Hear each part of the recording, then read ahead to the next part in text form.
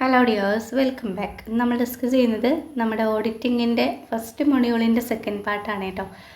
Auditor qualifications and qualities. Okay, qualification വേറെയാണ്, quality വേറെയാണ്, അറിയാലോ. അപ്പോൾ പ്രൊഫഷണൽ ക്വാളിഫിക്കേഷൻസ് എന്തൊക്കെ ഒരു ഓഡിറ്റർക്ക് ഉണ്ടായിരിക്കണം? അവരൊരു ചാർട്ടേഡ് അക്കൗണ്ടൻ്റ് ആയിരിക്കണം as per CA act 1949. Okay, അതായത് അവർ CA എക്സാം പാസ് ചെയ്യണം. അത് എവിടെ നിന്നുള്ള സർട്ടിഫിക്കറ്റ് ആയിരിക്കണം? ICAI എന്നുള്ള സർട്ടിഫിക്കറ്റ് ആയിരിക്കണം. That is the professional qualification. ഇനി പ്രൊഫഷണൽ ക്വാളിറ്റീസ് എന്തൊക്കെ വേണം എന്നുള്ളതാണ്. അവർക്ക് അക്കൗണ്ടിങ്ങിനെ കുറിച്ചിട്ടുള്ള ഒരു നോളജ്, അക്കൗണ്ടിങ്ങിനെ കുറിച്ചിട്ട് ജനറൽ ആയിട്ടുള്ള കാര്യങ്ങൾ, കോസ്റ്റിനെ കുറിച്ചിട്ട്, കോസ്റ്റ് ആൻഡ് മാനേജ്മെൻറ്റിലുള്ള കുറച്ച് നോളജ് ഉണ്ടായിരിക്കണം എന്നുള്ളതാണ്. ഇനി ഓഡിറ്റിംഗ് ടെക്നിക്സിനെ കുറിച്ചിട്ട് അവർക്ക് അറിയണം. ഇനി ഡിഫറെൻറ്റ് ടെക്നിക്സ് യൂസ് ചെയ്യും, ഏതാണെന്നുള്ളത് വഴിയെ നോക്കാം.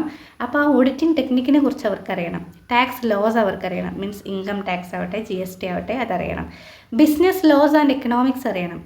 മാത്സ്, സ്റ്റാറ്റിസ്റ്റിക്സ് ആൻഡ് മാനേജ്മെൻറ്റ് അറിയണം. റിപ്പോർട്ട് റൈറ്റിംഗ് സ്കിൽ ഉണ്ടായിരിക്കണം. Knowledge of clients' business.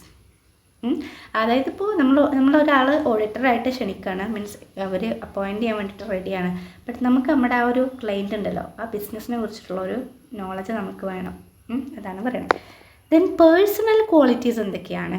ഇപ്പോൾ ക്വാളിഫിക്കേഷൻ എന്താണെന്നുള്ളത് നിങ്ങൾക്ക് മനസ്സിലായി. CA ആയിരിക്കണം as per the CA act 1949. Qualities ആവുന്ന സമയത്ത് അതിൽ പേഴ്സണൽ ക്വാളിറ്റീസും ഉണ്ട്, പ്രൊഫഷണൽ ക്വാളിറ്റീസും ഉണ്ട്. എന്തൊക്കെയാണ്? പേഴ്സണലും ഉണ്ട്, പ്രൊഫഷണലും ഉണ്ട്. അപ്പോൾ ഇത് രണ്ടും ഉണ്ടായിരിക്കണം. ഓക്കെ, അതിൽ പ്രൊഫഷണൽ ക്വാളിറ്റീസ് നമ്മൾ പറഞ്ഞു. നെക്സ്റ്റ് നമ്മൾ നോക്കുന്ന പേഴ്സണൽ ക്വാളിറ്റീസാണ്. ഹോണസ്റ്റി ആൻഡ് ഇൻറ്റഗ്രിറ്റി ഉണ്ടായിരിക്കണം.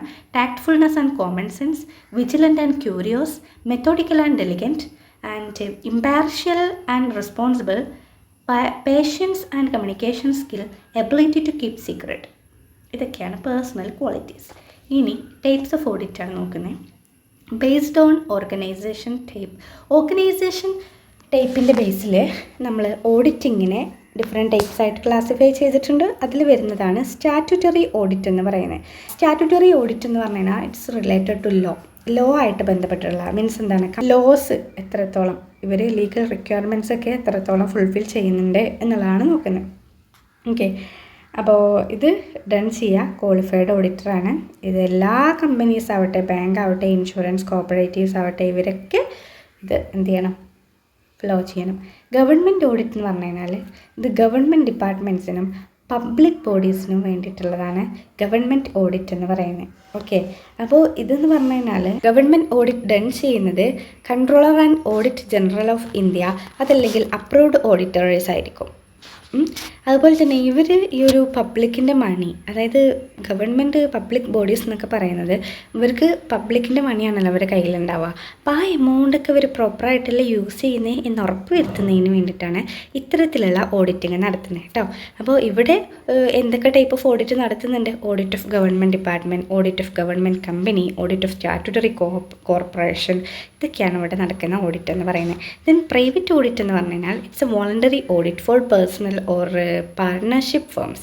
പേഴ്സണലായിട്ടോ അല്ലെങ്കിൽ നമ്മുടെ പാർട്ട്ണർഷിപ്പ് ഫേംസിനൊക്കെ വേണ്ടിയിട്ട് നമ്മൾ നടത്തുന്ന ഓഡിറ്റിങ്ങിനെയാണ് പ്രൈവറ്റ് ഓഡിറ്റ് എന്ന് പറയാം. അപ്പോൾ ഇതുകൊണ്ടുള്ള ബെനിഫിറ്റ് എന്ന് പറഞ്ഞു കഴിഞ്ഞാൽ അക്കൗണ്ട് ആക്യുറസി ചെക്ക് ചെയ്യുന്നതിന് വേണ്ടിയിട്ട്, ടാക്സ് ഫയലിങ്ങിന് ഹെൽപ്പ് ചെയ്യുന്നുണ്ട്, അതുപോലെ നമുക്ക് ലോൺസ് കിട്ടുന്നതിന് വേണ്ടിയിട്ട് യൂസ്ഫുൾ ആണ്. അതുപോലെ പാർട്ട്നേഴ്സ് തമ്മിലുള്ള ആ ഒരു ഡിസ്പ്യൂട്ട്സ് നമുക്ക് റിസോൾവ് ചെയ്യാൻ വേണ്ടിയിട്ട് സാധിക്കും അല്ലേ. ഓഡിറ്റിംഗ് നടത്തുമ്പോൾ നമുക്ക് എല്ലാത്തിനും കുറച്ചൊരു പ്രോപ്പറായിട്ടുള്ള ഐഡിയ കിട്ടുമല്ലോ. So then based on independence. അപ്പോൾ നമ്മൾ ബേസ്ഡ് ഓൺ ഓർഗനൈസേഷൻ സ്ട്രക്ചറിൽ government audit, private audit and അതുപോലെ തന്നെ സ്റ്റാറ്റ്യൂട്ടറി ഓഡിറ്റാണ് പറഞ്ഞിട്ടുള്ളത്. അപ്പോൾ ടൈപ്സ് ഓഫ് ഓഡിറ്റൊക്കെ നിങ്ങളൊരു ഫ്ലോ ചാർട്ട് പോലെ കൊടുക്കുക കേട്ടോ. ഓക്കെ, അപ്പോൾ ഇതിൽ നമ്മൾ ആദ്യം ബേസ്ഡ് ഓൺ ഓർഗനൈസേഷൻ ടൈപ്പ് എന്ന് പറഞ്ഞിട്ട് കൊടുക്കുക. അതിൽ വന്നിട്ടുള്ള 3 താഴെയും കൊടുക്കുക. ഓക്കെ, ദെൻ ഇനി നമ്മൾ നോക്കുന്ന ഇൻഡിപെൻഡൻസ് ഓഡിറ്റിനെ പറ്റിയിട്ടാണ്. ബേസ്ഡ് ഓൺ ഇൻഡിപെൻഡൻസ് അതിൽ വരുന്നതാണ് ഇൻറ്റേർണൽ ഓഡിറ്റ് എന്ന് പറയുന്നത്. അതായത് ഇൻറ്റേർണൽ ഓഡിറ്റ് എന്ന് പറഞ്ഞു കഴിഞ്ഞാൽ ഈ ഒരു ഓഡിറ്റ് നടത്തുന്ന കമ്പനിയിലുള്ള ഓൺ സ്റ്റാഫായിരിക്കും നടത്തുക. അത് കണ്ടിന്യൂസ് ആയിട്ടും റെഗുലറായിട്ടും തന്നെ നടത്തും. ഇവർ ഇൻറ്റേർണൽ കൺട്രോൾ ചെക്ക് ചെയ്യുക, എഫിഷ്യൻസി ചെക്ക് ചെയ്യുക, ഫ്രോഡ് പ്രിവെൻറ്റ് ചെയ്യുക, ഇതൊക്കെയാണ് ഇവിടെ നടന്നുകൊണ്ടിരിക്കുന്ന ഇൻറ്റേർണൽ ഓഡിറ്റിൽ നടക്കുന്നത്. ഇത് എത്രത്തോളം കമ്പൽസറി അല്ല, ചെയ്യാണ്ടിരിക്കാം. ഓക്കെ, എക്സ്റ്റേണൽ ഓഡിറ്റ് എന്ന് പറഞ്ഞു കഴിഞ്ഞാൽ ഇത് നമ്മൾ പുറത്തുനിന്ന് ഒരാളെ ഇൻഡിപെൻഡൻറ്റ് ഓഡിറ്ററിനെ നമ്മൾ പുറത്തുനിന്ന് അപ്പോയിൻറ്റ് ചെയ്യും. അവർ മുഖാന്തരം നടത്തുന്ന ഓഡിറ്റാണ് എക്സ്റ്റേണൽ ഓഡിറ്റ് എന്ന് പറയാം. അപ്പോൾ ഇവിടെ സംടൈംസ് അപ്പോൾ അങ്ങനെ ആകുമ്പോൾ ഓൺ സ്റ്റാഫൊക്കെ ആവുന്ന സമയത്ത് അവിടെ എന്തുകൊണ്ട് അവരെ ചെക്ക് ചെയ്യാൻ വെച്ചു, എന്തുകൊണ്ട് എന്നെ വെച്ചില്ല എന്നുള്ള സ്റ്റാഫിനിടയിൽ തന്നെ പല ടൈപ്പ് ഓഫ് പ്രോബ്ലംസ് ഉണ്ടാകും. അപ്പം അത്തരത്തിലുള്ള പ്രോബ്ലംസ് ഒഴിവാക്കാൻ വേണ്ടിയിട്ട് അൺബയാസ്ഡ് ഒപ്പീനിയൻസ് കിട്ടാൻ വേണ്ടിയിട്ടൊക്കെയാണ് ഈ ഒരു എക്സ്റ്റേണൽ ഓഡിറ്റ് വെച്ചിട്ടുള്ളത് കേട്ടോ. ഇതെല്ലാ കമ്പനീസിലും കമ്പൽസറിയാണ്. ഓക്കെ, ഇൻറ്റേർണൽ ഓഡിറ്റ് അത്രത്തോളം കമ്പൽസറി അല്ല, ബട്ട് എക്സ്റ്റേണൽ ഓഡിറ്റ് കമ്പൽസറി തന്നെയാണ് കേട്ടോ. ഇനി ഓഡിറ്റ് എന്നത് എന്തൊക്കെയാണ്?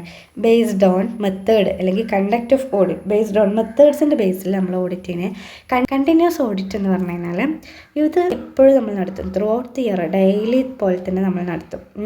അതല്ലാതെ നമ്മൾ ഇയർ എൻഡിൽ മാത്രം നടത്തുന്ന ഓഡിറ്റ് അല്ല കണ്ടിന്യൂസ് ഓഡിറ്റ് എന്ന് പറയുന്നത്. ഇത് ബാങ്ക്സും ഇൻഷുറൻസ് കമ്പനീസൊക്കെ നടത്താറുണ്ട്. ഇതിൻ്റെ അഡ്വാൻറ്റേജസ് എന്ന് പറഞ്ഞു കഴിഞ്ഞാൽ നമ്മൾ കണ്ടിന്യൂസ് ആയിട്ട് ഓഡിറ്റ് നടത്തുകയാണെന്നുണ്ടെങ്കിൽ നമുക്ക് പെട്ടെന്ന് തന്നെ എറേഴ്സും ഫ്രോഡ്സൊക്കെ ഡിറ്റക്ട് ചെയ്യാൻ വേണ്ടിയിട്ട് സാധിക്കും. ഓക്കെ, നമ്മുടെ ഇൻ്ററിം അക്കൗണ്ട്സിന് ഹെൽപ്പ് ചെയ്യുന്നുണ്ട്. അതുപോലെ നമുക്ക് സ്റ്റാഫ് അലേർട്ട് കീപ്പ് ചെയ്യാൻ വേണ്ടിയിട്ട് സാധിക്കും. അതുപോലെ തന്നെ ഈ ഒരു എഫിഷ്യൻസി ഇമ്പ്രൂവ് ചെയ്യാൻ സാധിക്കും. ആൻഡ് ഇതിൻ്റെ ലിമിറ്റേഷൻസ് പറയുകയാണെന്നുണ്ടെങ്കിൽ ഭയങ്കര എക്സ്പെൻസീവാണ്, ഇത് റിപ്പീറ്റേഷനാണ് ആൻഡ് ബോർഡം ആണ്. അതുപോലെ തന്നെ റിസ്ക് ഓഫ് കൊലൂഷൻ ഉണ്ട്. അതുപോലെ മേ ബി ഡിസ്റ്റർബ് ക്ലൈൻസ് വർക്ക് അല്ലേ. ഇത് നമ്മൾ പറയുകയാണെന്നുണ്ടെങ്കിൽ കണ്ടിന്യൂസ് ആയിട്ട് ഓഡിറ്റ് നടത്തുകയാണെന്നുണ്ടെങ്കിൽ ഇത് ചില കാര്യങ്ങൾക്ക് നമുക്കൊരു പ്രിക്കോഷൻസ് ആണ്, മീൻസ് മുൻകരുതലാണ്. ലൈക്ക് സംടൈംസ് സർപ്രൈസ് വിസിറ്റ് ഉണ്ടാവും. അങ്ങനെ നമ്മൾ ഗവൺമെൻറ് സൈഡിൽ നിന്നോ എവിടെന്നെങ്കിലും നമുക്കൊരു സർപ്രൈസ് ആയിട്ടുള്ള വിസിറ്റ് വരികയാണെന്നുണ്ടെങ്കിൽ അത് പറയാതെ വന്നാൽ ചെക്ക് ചെയ്യുക. അപ്പോൾ നമ്മളൊക്കെ പ്രോപ്പറായിട്ട് കണ്ടിന്യൂസ് ആയി ഓഡിറ്റ് ചെയ്ത് വെക്കുന്ന സ്ഥാപനമാണെന്നുണ്ടെങ്കിൽ നമുക്കത് വലിയ വിഷയമല്ലല്ലോ. അതുപോലെ audit program should be strict. Audit staff നമുക്കിപ്പോൾ ഇവർ മനസ്സിലാവുമല്ലോ ഓഡിറ്റിങ് നടത്തുന്ന സമയത്ത് എത്രത്തോളം ഉണ്ട്. അപ്പോൾ വേണമെന്നുണ്ടെങ്കിൽ നമുക്ക് അവരെ റൊട്ടേറ്റ് ചെയ്യാം. അതുപോലെ നമ്മുടെ record all queries and changes properly അല്ലേ. നമുക്ക് എല്ലാ കാര്യങ്ങളും പ്രോപ്പറായിട്ട് അവിടെ റെക്കോർഡ് ചെയ്യാൻ സാധിക്കുന്നുണ്ടല്ലോ, അതന്നെ. ദെൻ നമ്മൾ പറയണേ ആനുവൽ ഓഡിറ്റ്. ഇപ്പോൾ ബേസ്ഡ് ഓൺ മെത്തേഡിൽ നമ്മൾ കണ്ടിന്യൂസ് ഓഡിറ്റും പറഞ്ഞു, ആനുവൽ ഓഡിറ്റാണ് ഇനി പറയുന്നത്. ആനുവൽ ഓഡിറ്റ് അല്ലെങ്കിൽ ഫൈനൽ ഓഡിറ്റ് എന്ന് പറഞ്ഞു കഴിഞ്ഞാൽ ഇത് നമ്മൾ ഇയർ എൻഡിലാണ് നടത്തുക. ഈ എല്ലാ അക്കൗണ്ട്സും ഫൈനലൈസ് ചെയ്ത ശേഷം നമ്മൾ ഇയർ എൻഡിൽ നടത്തുന്നതാണ് ഈ ഒരു ആനുവൽ ഓഡിറ്റ് എന്ന് പറയുക. അപ്പോൾ ഇതിൻ്റെ ഒരു അഡ്വാൻറ്റേജ് പറയുകയാണെന്നുണ്ടെങ്കിൽ ഭയങ്കര കോസ്റ്റ് എഫക്റ്റീവാണ്, നമുക്ക് ക്വിക്കായിട്ട് ആൻഡ് ഇൻറ്ററപ്റ്റഡ് ആണ്. അതുപോലെ ഫ്രോഡ് അൾട്ടറേഷന് ലെസ് ചാൻസേ ഉള്ളൂ. കണ്ടിന്യൂസ് ആയിട്ട് ഓഡിറ്റ് നടത്തുന്ന സമയത്ത് അവിടെ മേ ബി നമുക്ക് എന്തെങ്കിലും ഫ്രോഡ് ഉണ്ടെന്നുണ്ടെങ്കിൽ അതിൽ പെട്ടെന്ന് അൾട്ടറേഷൻസ് വരുത്താൻ സാധിക്കുമല്ലോ. ബട്ട് ഹിയർ ആ ഫ്രോഡിൽ അൾട്ടറേഷൻ വരുത്താം. ബട്ട് ഇവിടെ അങ്ങനെയുള്ള ചാൻസ് ഇല്ലല്ലോ, അതാണ് പറയുന്നത് കേട്ടോ. Not monotonous.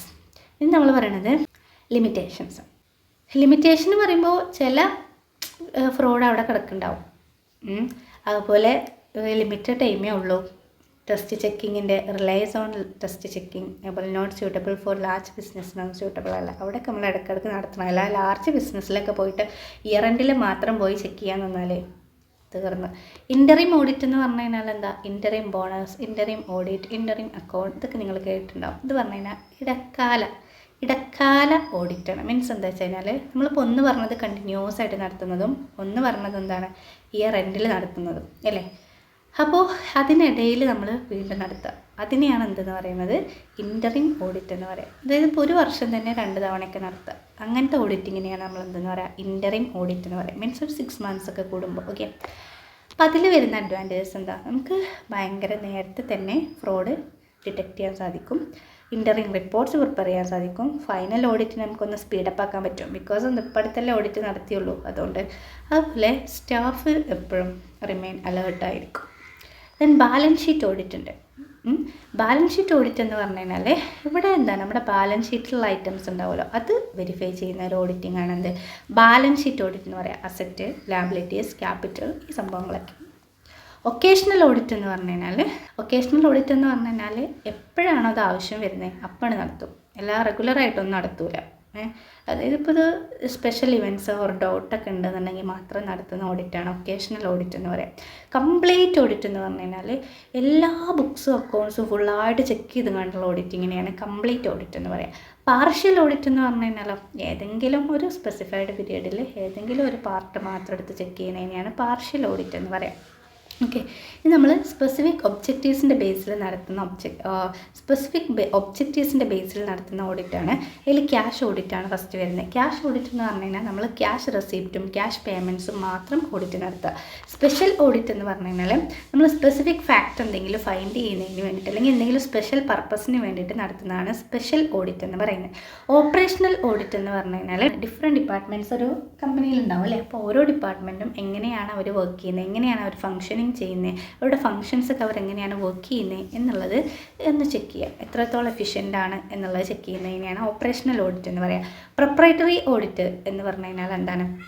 ഇപ്പോൾ നമ്മളിപ്പോൾ എന്തെങ്കിലും ഡിസിഷൻസ് എടുത്താൽ പ്രൊപ്രൈറ്റേഴ്സ് മീൻസ് ഓണേഴ്സൊക്കെ എന്തെങ്കിലും ഡിസിഷൻസ് എടുത്ത് കഴിഞ്ഞാൽ അത് എത്തിക്കലാണോ, ജസ്റ്റിഫൈഡ് ആണോ, അത് പബ്ലിക് ഇൻട്രസ്റ്റിന് അനുയോജ്യമായിട്ടുള്ളതാണോ, അനുകൂലിക്കുന്നതാണോ എന്നൊക്കെയാണ് പ്രൊപ്രൈറ്ററി ഓഡിറ്റിൽ നോക്കുക. എഫിഷ്യൻസി ഓഡിറ്റ് എന്ന് പറഞ്ഞു കഴിഞ്ഞാൽ ഇത് നമ്മുടെ ഓർഗനൈസേഷൻ്റെ ഓവറാൾ എഫിഷ്യൻസിനെയും പെർഫോമൻസിനെയും ഒന്ന് ചെക്ക് ചെയ്യുന്നതാണ് എഫിഷ്യൻസി ഓഡിറ്റ് എന്ന് പറയുന്നത്. ദെൻ ടാക്സ് ഓഡിറ്റ് ഉണ്ട്. ടാക്സ് ഓഡിറ്റ് എന്ന് പറഞ്ഞു കഴിഞ്ഞാൽ നമ്മൾ നമ്മുടെ ഇൻകം ടാക്സ് ഇല്ലേ ആ ഒരു ആക്ട് ഫുൾഫിൽ ചെയ്തിട്ടുണ്ടോ ഇല്ലയോ എന്നുള്ളതാണ് ഇവിടെ നോക്കുന്നത്. ഇത് നടത്തുക CA ആയിരിക്കും, ചാർട്ടേഡ് അക്കൗണ്ടൻ്റ് ആയിരിക്കും. ഓക്കെ, അപ്പോൾ നമ്മൾ എന്തൊക്കെയാണ് പറഞ്ഞിട്ടുള്ളത്? ഇതിവിടെ ബേസ്ഡ് ഓൺ മെത്തേഡ്സ് പറഞ്ഞിട്ടുണ്ടായിരുന്നു. ഇപ്പോൾ നമ്മൾ പറഞ്ഞത് സ്പെസിഫിക് ഒബ്ജക്റ്റീവാണ്. അതിൽ ക്യാഷ് ഓഡിറ്റ് പറഞ്ഞു, സ്പെഷ്യൽ ഓഡിറ്റ് പറഞ്ഞു, ഓപ്പറേഷണൽ ഓഡിറ്റ് പറഞ്ഞു, പ്രൊപ്രൈറ്ററി ഓഡിറ്റ് പറഞ്ഞു, എഫിഷ്യൻസി ഓഡിറ്റും പറഞ്ഞു, ടാക്സ് ഓഡിറ്റും പറഞ്ഞു. ഓക്കെ, അപ്പോൾ എപ്പോഴൊക്കെയാണ് ഇതൊക്കെ നമുക്ക് റിക്വയർ ആയിട്ട് വരിക? നമുക്ക് എന്തെങ്കിലും ടാക്സ് റിലീഫ് ലഭിക്കാൻ വേണ്ടിയിട്ട്, അല്ലെങ്കിൽ ഇങ്ങനെ ലീഗൽ റിക്വയർമെൻറ്റ്സ് കംപ്ലയിൻറ്റ് ചെയ്യുന്നതിന് വേണ്ടിയിട്ട്, അതുപോലെ ഇങ്ങനെ തരത്തിലുള്ള എന്തെങ്കിലും കൺസൾട്ടൻസി ആൻഡ് റെപ്രസെൻറ്റേഷൻസിനൊക്കെ വേണ്ടിയിട്ടാണ്. പിന്നെ ഇതിൽ പറയുന്ന ഒന്നാണ് കോസ്റ്റ് ഓഡിറ്റ്. കോസ്റ്റ് ഓഡിറ്റ് നമ്മൾ നേരത്തെ സൂചിപ്പിച്ച പോലെ നമ്മുടെ കോസ്റ്റ് അക്കൗണ്ടിങ് റെക്കോർഡ്സ് ഉണ്ടാവും, അല്ലെങ്കിൽ കോസ്റ്റ് കൺട്രോൾ സിസ്റ്റം ഉണ്ടാവും. ഇതിൽ ചെക്ക് നടത്തുന്നതിനെയാണ് കോസ്റ്റ് ഓഡിറ്റ് എന്ന് പറയുക. അപ്പോൾ ഇതിൻ്റെയൊക്കെ ഒബ്ജക്റ്റീവ്സ് എന്താണ് എന്നുള്ളത് നമുക്ക് നോക്കാം കേട്ടോ.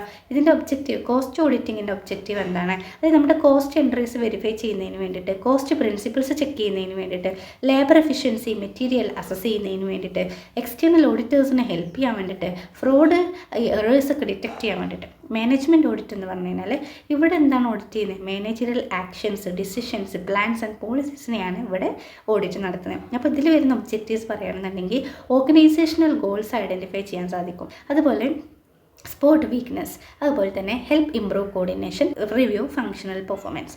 ഇനി മാനേജ്മെൻറ്റ് ഓഡിറ്റിൻ്റെ ക്രിറ്റിസിസം പറയുകയാണെന്നുണ്ടെങ്കിൽ ഇതിൽ consider vague by some, managers may avoid risk, may affect motivation. Social ഓഡിറ്റാണ് പറയുന്നത്. അവിടെ പ്രോഫിറ്റ് എത്ര കിട്ടുന്നുണ്ട് കമ്പനിക്ക് എന്ന് മാത്രമല്ല, പകരം എങ്ങനെയാണ് അവരുടെ ഒരു സോഷ്യൽ പെർഫോമൻസ് എന്നുള്ളതാണ് അവർ നോക്കുന്നത് കേട്ടോ. ഓക്കെ, ഇനി നമ്മൾ പറയണേ preliminary steps before starting audit. Audit start ചെയ്യുന്നതിന് മുമ്പ് എന്തൊക്കെ പ്രിലിമിനറി സ്റ്റെപ്സ് ആണുള്ളത് അതാട്ടോ പറയണേ. ആദ്യം തന്നെ നമ്മളൊരു ഓഡിറ്റ് പ്ലാനിങ് ഉണ്ടാക്കണം. ഓക്കെ, അതിന് ശേഷം നമ്മൾ before starting auditor must get appointment letter. അതുപോലെ അവർക്കൊരു അപ്പോയിൻമെൻറ്റ് ലെറ്റർ കിട്ടണം ഓഡിറ്റർക്ക്. ഓക്കെ, അതുപോലെ അണ്ടർസ്റ്റാൻഡ് സ്കോപ്പ് ഓഫ് ഓഡിറ്റ്. ഇങ്ങനെ ഒരു ഓഡിറ്റ് നടത്തിയാൽ അതിൻ്റെ സ്കോപ്പ് എന്തൊക്കെയാണ് എന്നുള്ളത് അണ്ടർസ്റ്റാൻഡ് ചെയ്യുക. No nature and structure of client business. ആ ഒരു ഓഡിറ്റ് ചെയ്യാൻ പോണ ബിസിനസ്സിൻ്റെ നാച്ചർ സ്ട്രക്ചറൊക്കെ ഒന്ന് അവർക്ക് അറിയണം. അതുപോലെ കീ ഓഫീസേഴ്സിന് ഏതൊക്കെയാണെന്നുള്ളത് തിരിച്ചറിയണം. ഇൻറ്റേർണൽ കൺട്രോൾസിനെ കുറിച്ചൊന്ന് സ്റ്റഡി നടത്തണം. അക്കൗണ്ടിങ് സിസ്റ്റത്തിനെ കുറിച്ചൊന്ന് അറിയണം. അവിടെ അവർ മെയിൻറ്റെയിൻ ചെയ്യുന്ന ബുക്സിൻ്റെ ലിസ്റ്റ് വേണം. എന്തൊക്കെ ബുക്കാണ് അവർ മെയിൻറ്റെയിൻ ചെയ്യുന്നത്, മീൻസ് എന്താണ് ബുക്സ് ഓഫ് അക്കൗണ്ട്സ് ആണ് കേട്ടോ. റീഡ് കീ ഡോക്യുമെൻറ്റ്സ് മീൻസ് എന്താണ് ഇവരുടെ കോൺട്രാക്റ്റ്, ഇവർ വെച്ചിട്ടുള്ള എഗ്രിമെൻറ്റ്സ് എന്തൊക്കെയാണ്, അങ്ങനത്തെ കീ ഡോക്യുമെൻറ്റ്സ് ഒക്കെ റീഡ് ചെയ്യണം. പാസ്റ്റ് ഫൈനാൻഷ്യൽ പെർഫോമൻസ് ഒക്കെ ഉണ്ടല്ലോ അതൊക്കെ ഒന്ന് റിവ്യൂ നടത്താം. അതിൻ്റെ ask Y previous auditor was changed. ഇപ്പോൾ നമ്മൾ അപ്പോയിൻറ്റ് ചെയ്യുന്ന സമയത്ത് നമ്മൾ ചോദിക്കുക എന്തുകൊണ്ടാണ് അവിടെ പ്രീവിയസ് ഓഡിറ്ററിനെ ചേഞ്ച് വരുത്തിയത് എന്ന് ചോദിക്കുക. സംടൈംസ് ഓർഗനൈസേഷൻ്റെ ഭാഗത്ത് നിന്ന് എന്തെങ്കിലും പ്രോബ്ലംസ് ഉണ്ടായിട്ടാണെങ്കിലോ പറയാൻ പറ്റില്ലല്ലോ. Give instruction to client. ക്ലയൻറ്റിന് ഇൻസ്ട്രക്ഷൻസ് കൊടുക്കണം. അതായത് like close books, arrange vouchers, prepare schedules, something like that. പിന്നെ dividend work among team, divide, അതായത് ഇവിടെ എന്ത് ചെയ്യുക ഡിവൈഡ് വർക്ക് എമംഗ് ടീമിനിടയിൽ വർക്ക് ഒന്ന് ഡിവൈഡ് ചെയ്യുക, എന്നിട്ട് ഓഡിറ്റ് പ്രോഗ്രാം പ്രിപ്പയർ ചെയ്യുക. ഇത്രയും കാര്യങ്ങളാണ് നമ്മൾ preliminary steps before starting audit start ചെയ്യുന്നതിന് മുമ്പുള്ള സ്റ്റെപ്പ് എന്ന് പറയുന്നത്. ഇപ്പോൾ ഒരു അപ്പോയിൻമെൻറ്റ് ലെറ്റർ കിട്ടണം, എന്തൊക്കെയാണ് ആ ഓഡിറ്റിങ്ങിൻ്റെ സ്കോപ്പ് എന്നുള്ളത് മനസ്സിലാക്കുക, അതിൻ്റെ ആ ഒരു ക്ലെയിം ബിസിനസ്സിൻ്റെ നാച്ചുറൽ സ്ട്രക്ചർ മനസ്സിലാക്കുക, അവിടെയുള്ള കീ ഓഫീസേഴ്സ് ആരൊക്കെയാണ് ഐഡൻറ്റിഫൈ ചെയ്യുക, അവിടുത്തെ ഇൻറ്റേർണൽ കൺട്രോൾ സിസ്റ്റത്തെക്കുറിച്ചൊന്ന് പഠിക്കുക, അക്കൗണ്ടിങ് സിസ്റ്റം ഏതാണ് അവിടെ ഫ്ലോ ചെയ്യുന്നത് എന്നുള്ളത് അറിയണം, അവിടെ മെയിൻറ്റെയിൻ ചെയ്തിട്ടുള്ള ബുക്സ് ഓഫ് അക്കൗണ്ട്സ് ഏതൊക്കെയാണെന്നുള്ള ക്ലയൻറ്റ് ലിസ്റ്റ്, അവർ ഏർപ്പെട്ടിട്ടുള്ള കോൺട്രാക്ട് എഗ്രിമെൻറ്റ്സ് ഇങ്ങനെ തുടങ്ങിയ കീ ഡോക്യുമെൻറ്റ്സിനെ കുറിച്ചിട്ട് അതൊന്ന് റീഡ് ചെയ്യുക.